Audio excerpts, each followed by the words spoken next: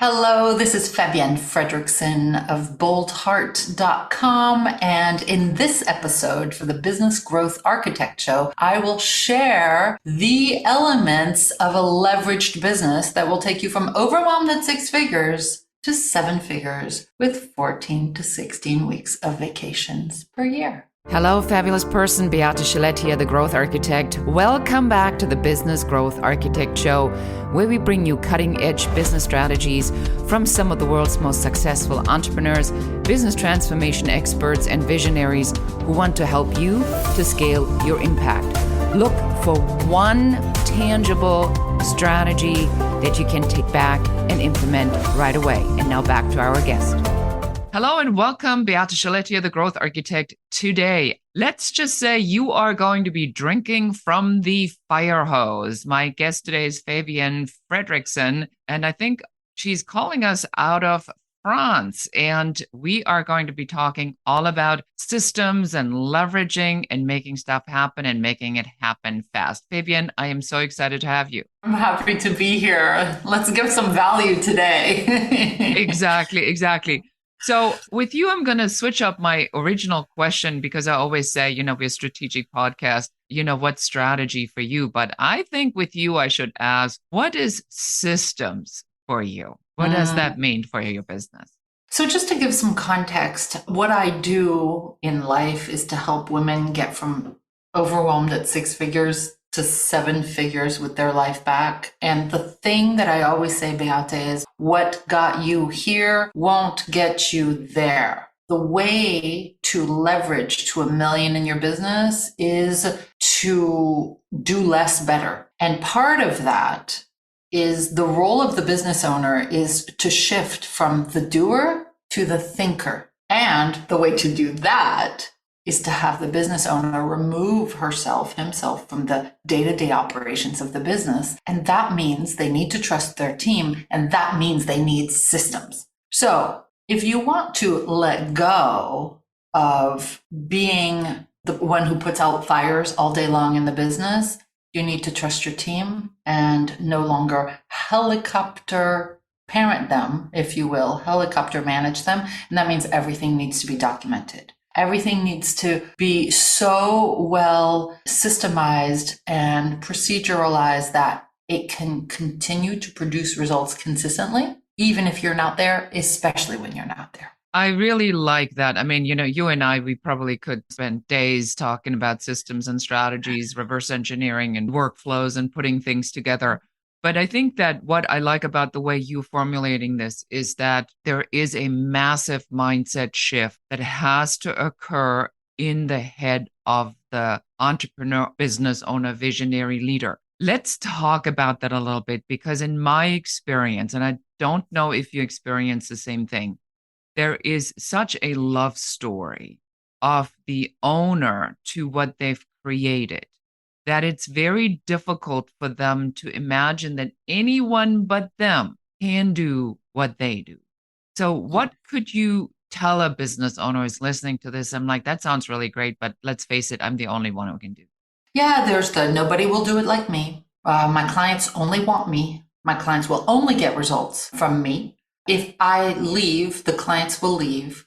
There's all that. But honestly, even underneath that set of belief systems, there is a whole emotional need that is set up in the sense that one's business is the source of feeling significant, feeling needed, feeling like, I call it the hero syndrome. Da, da, da, da, da, da, I am here to the rescue and I will hold your hand, client. And because of me, you will get results. And when you ask a business owner to no longer be involved in the results production process, to no longer be running the business, there is an identity shift that is required that they may not realize they don't want to let go of. They don't want to let go of feeling significant, needed, seen, be the hero. And so one of the things that I share with my people is your business is not the place to get your emotional needs met. Go feel needed by your kids, by your spouse, by a charity, by something else. But for your business to scale to seven figures, and I've been at seven figures for 15 years, multiple seven figures, I had to go through all of this. Who am I without being in my business? But when you can separate the two and say, my clients can get results without me if I let them, then you go get your needs met elsewhere. That is a powerful truth bomb. I think, and if I'm very honest here, Fabienne, I think for me, my business has always been a safety, because that's where, especially I think for those of us who have gone through trauma and had to find other places where they can get their self-esteem and their love and appreciation from, it's probably an easy one to build it so that it gives you that love and support. Now, let's make this personal. Let's say I cannot shift out of that. What will happen to my business if I continue to use my business as my love replacement, so to speak, or my appreciation replacement, or my feel-good replacement? Because I think this is happening for many, many. So what I want to say is you can continue. You can continue at this level, being required for everything, becoming the bottleneck in the company because everything needs to be approved or touched by you before it goes out the door. You can absolutely stay there, but I'll give you some scenarios. Your business will never fully grow by exponential means. You will not be able to impact more and more people. You'll probably stay at this level. And listen, I'm not a negative Nelly. I'm an optimistic person, but what happens is at the end of your career, because everything's dependent on you, there's no leveraged intellectual property. There's no leveraged business model. There's no leveraged team. There are no leveraged SOPs and processes and things like that. So I'll give you an example. This client of mine a few years ago, she was an interior designer. We took her to $1 million in her business in 3 years. She told on one of our calls, she told us about this more mature interior designer in her town who came to her office, knocked on the door and said, "Hi, you may not know me. I'm so-and-so, and I've been an interior designer for 35 plus years. And I came to see if you wanted some of my swatches and samples and everything. I've got all these things. I'm closing down my business. I'm retiring." And my client, Kathy, said, "So you've been in business for 35 years and this is it? You're shutting the doors?" And Kathy realized that the woman, she had built a job for herself, not a legacy. Her business was so reliant on her that when she's no longer there, she can't sell the business for millions. She doesn't have the right processes and systems in place. It can't be delegated, automated, duplicated, have many me's doing the work. It was all dependent on her, which is fine.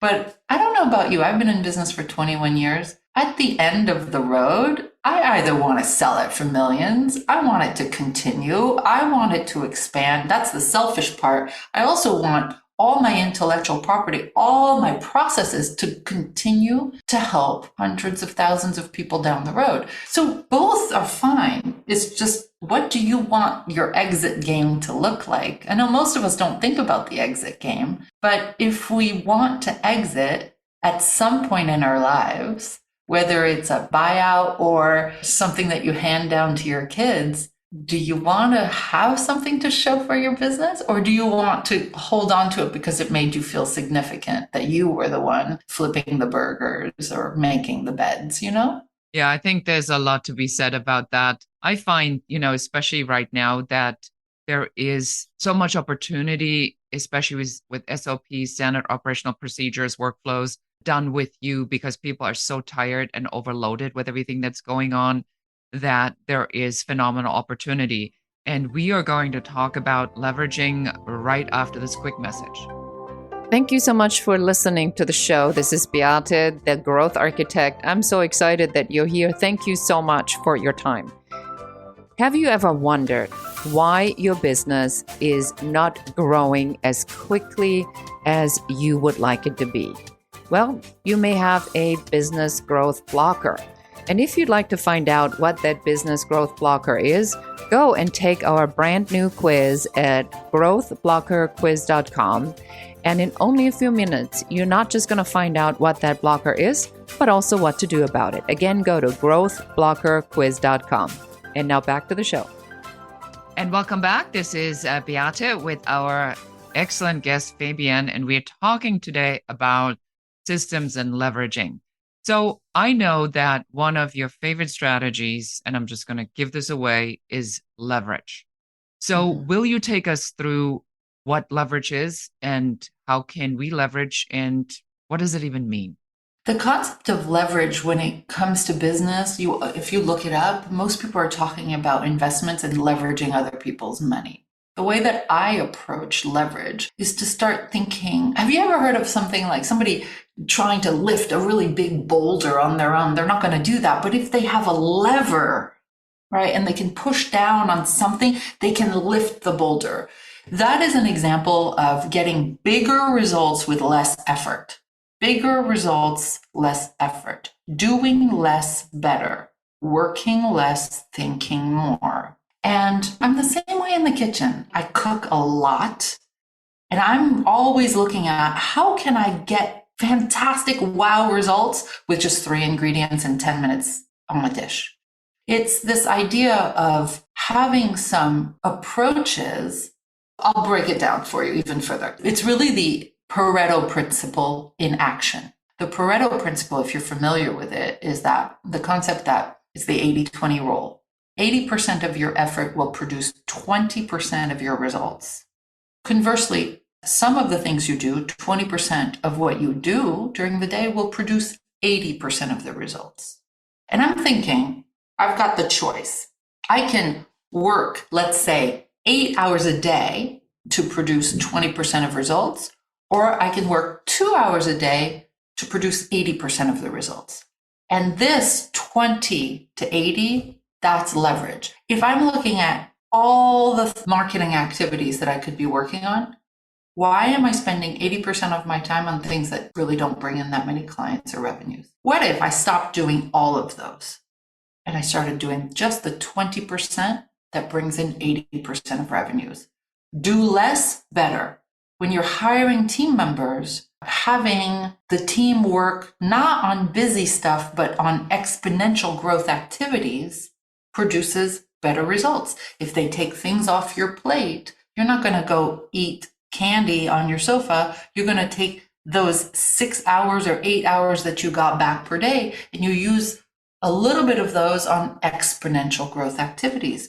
How do you use your time? How do you create systems so that things stop falling through the cracks and you can use your time better? How do you work with your business model so that instead of working 1-to-1 hours for dollars, you can work 1-to-many, make so much more working half the time? That's the concept of leverage that I talk about in my book, The Leveraged Business, where we look at leverage your team, leverage your systems, leverage your time, leverage your business model, leverage your marketing, leverage your differentiation, leverage the accountability in your business, leverage a second in command who runs the team for you, runs the business for you, so you can innovate and exponentially grow your business as opposed to being in the weeds. I love that. I mean, it is, when you say it, like I'm completely drawn into this and I'm going, that makes so much sense. So let's talk about what are you saying to a business owner who says, okay, I am in the 1-to-1. I want to go to the 1-to-many, but I still need the cash flow, right? Which happens also all the time. So they need to still the one-on-one. So they make the cash flow so they can create the systems or whatever the programs that go to the 1-to-many.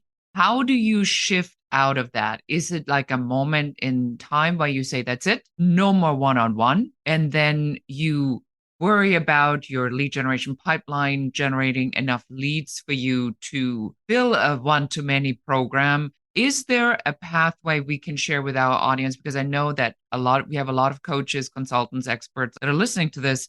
How do we help them to figure out this equation of the jumping? Yeah. I do not recommend pulling off the Band-Aid and saying, I'm no longer doing this and I'm doing this, for several reasons. Number one, whenever I've seen, I hear a lot of the guys talk about burn the ships, burn the ships. Burn the bridges, thinking, yes. burn the bridges, burn the ships. And I'm thinking, yeah, but when regular people who have bills and mortgages and kids in school do that, they spiral into fear. and fear is crippling. So no, I do not believe in that. I believe in transitions, but I'll tell you what we call it in our program. We call it dual tracking, where you continue to do things and market what is making you money now, is paying the bills. And then on the side, you're also building the new thing. In the Leverage Your Business Model, the chapter, but also the activator of our program, we talk about creating a hybrid where you continue to do what you're doing, but you start bringing in one-to-many aspects into it so that your clients begin to see what it's like, the benefits of working one-to-many, but they still have access to you. And over time, you can phase it out. But I'll tell you where it really starts. It really starts, and we talked about this just a moment ago, with the beliefs. The beliefs, the fears, the identity. It's all the stuff on the subconscious that not many people talk about when it comes to scaling a business, and I'll explain what it means. If you have a belief that they won't pay for one-to-many and that they will only get results if you're doing hours for dollars, that belief will drive your behavior. I'll explain why. I've been teaching mindset for 15 years. Your belief systems, your identity, your subconscious is what drives behavior. People don't take action from the conscious things they think. They take action from what they really believe on a subconscious level. So what that means is you can say, I'm going to change my business model tomorrow, and I'm going to work one-to-many, and I'm going to make $1 million in my business, and I'm going to take 14 to 16 weeks of vacation a year because of it. Until you examine the beliefs, this is what we do in our program, examine the beliefs, look at the fears, rejigger all of these, get those things out of the way, then that person will take action. Otherwise, she will self-sabotage, she will spiral into fear, she will start and stop, be wishy-washy, and give up. The second thing that's important is to be in a community of other entrepreneurs also doing it. Here's why. Especially for women, although I know that we're speaking to both men and women here. Women thrive in community. There is the hormone called oxytocin that feeds us. It's the bonding hormone that we feel when we have a baby, we're nursing the baby, when we're hugging, when we're with lots of other women who support us, who champion us. And here's the thing that most women do not realize is that we were bred, I'm going to talk about some controversial stuff, right? But we were bred, or at least I felt this, and reared to doubt ourselves. There's a lot of mansplaining and lots of stuff. Listen, I love the men, I love the guys, but we've only been in business for ourselves for 50 years at most. And we had to fight for the permission to do so. Exactly. So there's not a lot of track record here for women believing in themselves. There aren't that many women, comparatively speaking, who have, multiple 7 figures with 3 little kids at home, right? I didn't have a business mentor model who had that. There is a law called the law of diminishing intent. And the law of diminishing intent states that from the time you have an idea or are presented an opportunity to the time you actually take action on it, the longer the time between the idea and the action, the higher the likelihood is that you won't take action on it.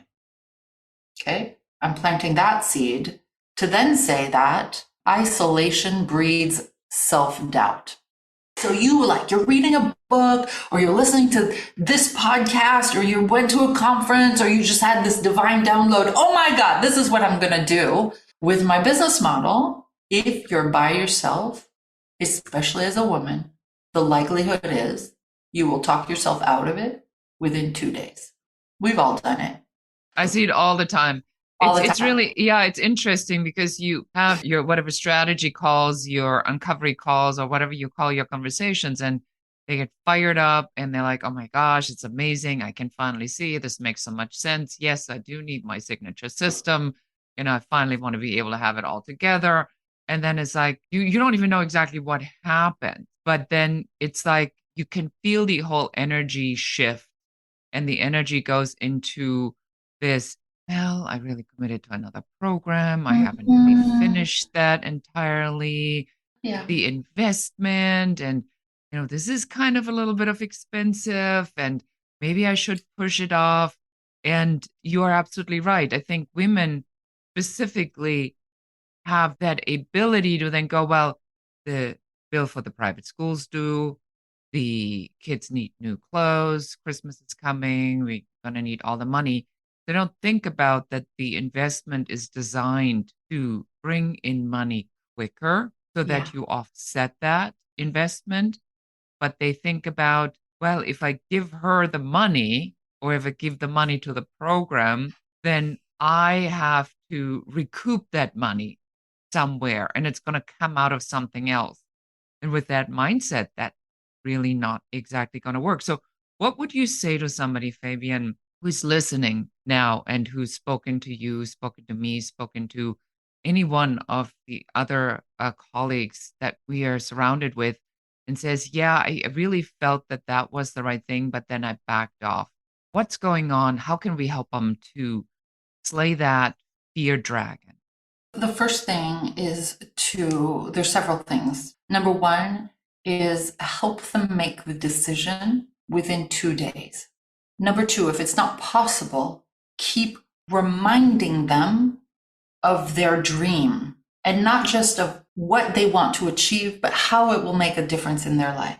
And number three, and this is what we started with, is when there is the law of diminishing intent, when a woman is in community with other women and she voices what she wants, the idea, the opportunity, when it's the right kind of intentional community as opposed to accidental community, she can then feel supported, championed, held accountable by all the other women in that community to take the actions.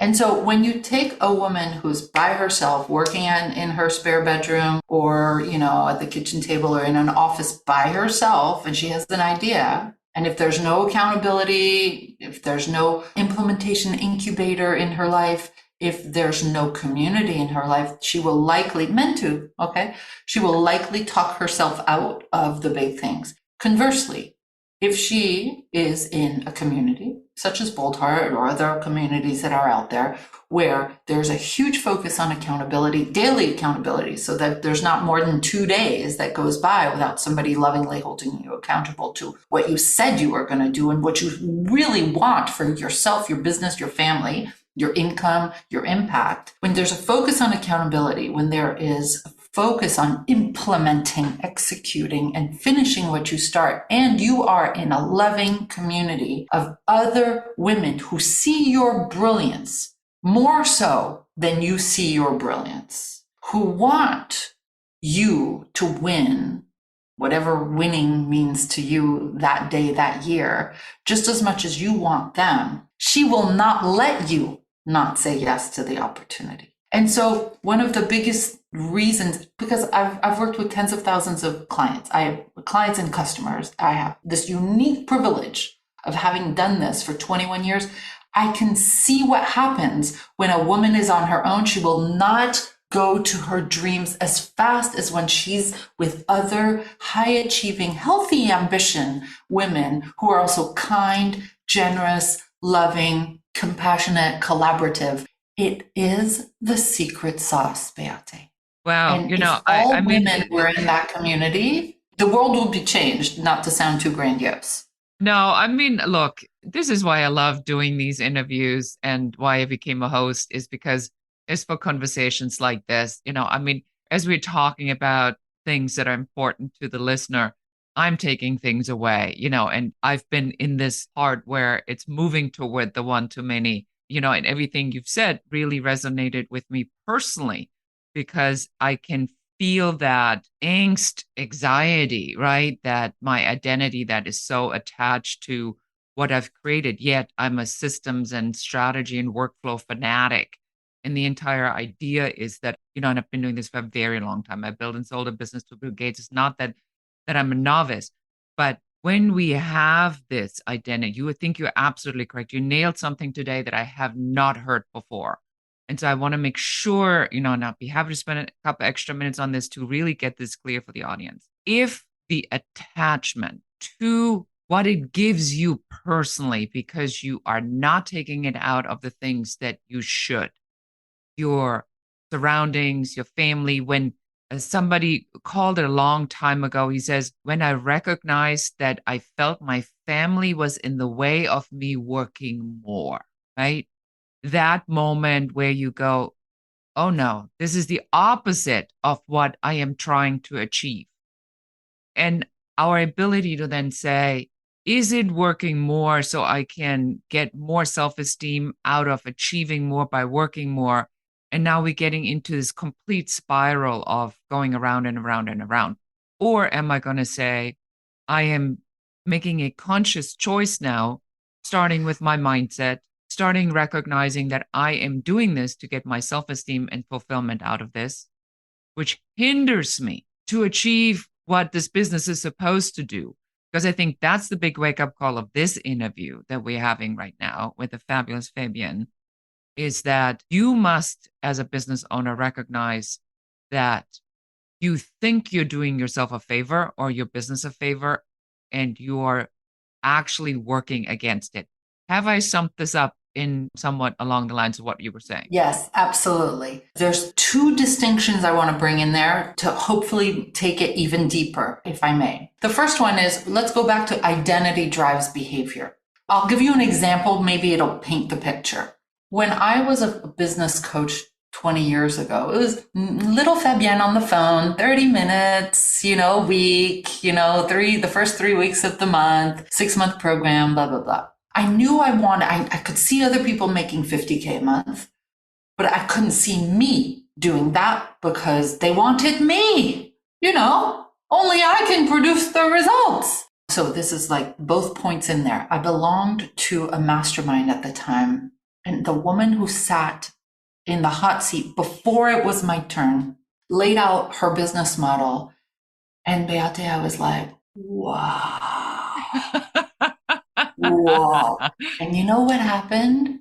I just sat there in my seat and my mouth was open. I needed to see someone else do it. Otherwise, I wouldn't have been able to believe it was true. So I had to find the evidence. So this is something for you to write down if you're listening to this. Find the evidence that it exists. And I had to shed the skin. So for an entire, I asked to not go up after this woman, Maria, and I asked to have my hot seat the next day. And I sat there in the chair and I cried all day. Not the Oprah ugly cry, as she calls it, but more like quietly sobbing. And people would come and put their hand on my shoulder. Are you okay, Fabienne? And I'd say, yeah, I'm fine. I'm just mourning the old Fabienne. Yeah, I was just going to say that's what I would have said. It is the recognition of the sadness of letting something go that you Yes. had held as a belief. Yes, I completely relate to that. Let me tell you why it worked. Because again, left to my own devices, I would never have, if I was at home, I wouldn't have had this exposure. I call this the popcorn effect now. I don't know if you've heard me talk about the popcorn effect, but when you're in this community of high achieving women who are kind and supportive and all of that, and all of a sudden it's like popcorn. You know when you make popcorn in a pot and there's like one kernel that pops because not everything pops at once? It's like there's one woman who gets to 1 million in your community and you're like, wow, wait a minute. She's actually like me. Like she doesn't have like anything I don't have. If I saw her in the supermarket with her kids in the cart ahead of me and they were like pushing each other around, I'd be like, I would not be able to tell she's got $1 million business a year. And then pop, there's another woman and she's making 100,000 in a weekend for a launch or something like that. And she didn't have to work that much for it. And you're like, wow, pop, pop, pop, pop. They don't all pop at once, but the evidence keeps showing up. What it does, Beata, is it normalizes that you can do it too. So it's not necessarily this blinding flash of, I'm going to stop doing one to one and go one to many. It takes a little while first to find the evidence, to have the popcorn effect, to mourn the old identity and step into this new paradigm of, I can make twice as much working half the time. But I'll say this again, just from experience, I don't believe you can give yourself a good haircut. Transformations happen when we are witnessed. It happens in community. And so I have not seen anybody radically transform in their house on their own. No, in a vacuum, I don't think that works. I think that it has to have some sort of energy exchange or a spark or a moment where something ignites. I think from my own experience and having watched this and, and creating these processes for others, you can see that there is a moment where suddenly there is this shift where they look different, they talk different. It's like an internal energy explosion. And you say, whoa, there she is, or there he is, it's like, where's that coming from? It's because suddenly that layer has been pulled off. But I love what you had said about your experience share of you sitting there and crying. I do believe we need to give ourselves that permission to mourn that previous person, because we are letting go something that has brought us to this point. And that's how we started this interview, where you said, what brought you here isn't going to get you there. In order for you to take that suitcase from the Paris train station to go to the Normandy, you can't go back to where you came from. It's a direction that you're going. And if we were to remind ourselves that the emotion is not an angry, negative emotion, but a releasing emotion, then maybe it would be easier for somebody going through this transformation to say, I'm kind of okay with that. And again, want to point this again out for our listeners here, that this has personal relevance. What happens to us that you and I are speaking today has very personal relevance. I've had nights and nights and nights of waking up, crazy dreams, my stomach's out, I'm not feeling good. I feel the transformation. And I like, why am I so heavy and down? And now in this conversation, and I'm interviewing you for my podcast. And yet here I am, the absolute benefactor of this, saying, now you help me to clarify something, that it is this sadness of having made that decision to let that go because I know it's not serving me. But there is that, but it's been a run. I've been doing this for a very long time. I have clients, people are happy, but it is not satisfying or fulfilling anymore. So for our listeners, we're going a little bit longer here, but I really want to bring this piece to you because Fabienne is really extraordinary in the way she does these things, that you also, as you're listening, especially as we're in a world right now where there's so much uncertainty and change and fear, that you understand some of these underlying emotions, mindset, and putting yourself firmly in charge of your own destiny by running your businesses more systematically and looking at other examples that are doing it and then going for it yourself. Fabienne, any last words? And then I want you to tell us where we can find you. What I want to say as a last word is anything is possible, however cheesy that sounds, right? Whatever you set your mind to, you can have. And so get clear on what you want, deal with the mindset, reverse engineer how to do it. You use those words at the beginning, but don't do it in isolation. It'll take 10 years to do in isolation, something you can do in 6 months or a year when you're in the company of others. That is my hack. In fact, I would invite anybody that's really curious about this community thing that we're talking about to go to YouTube and to type in Bold Heart Business documentary. I hired a filmmaking team to come and film me and our members for a full week. And she came back with a 9-minute documentary and she said, this is why it works. And when I show this 9-minute documentary to women, most of them have tears well up in their eyes. And they say, wow, I need that. I get it. Yeah. Yeah. All right. So how do we find out more about you?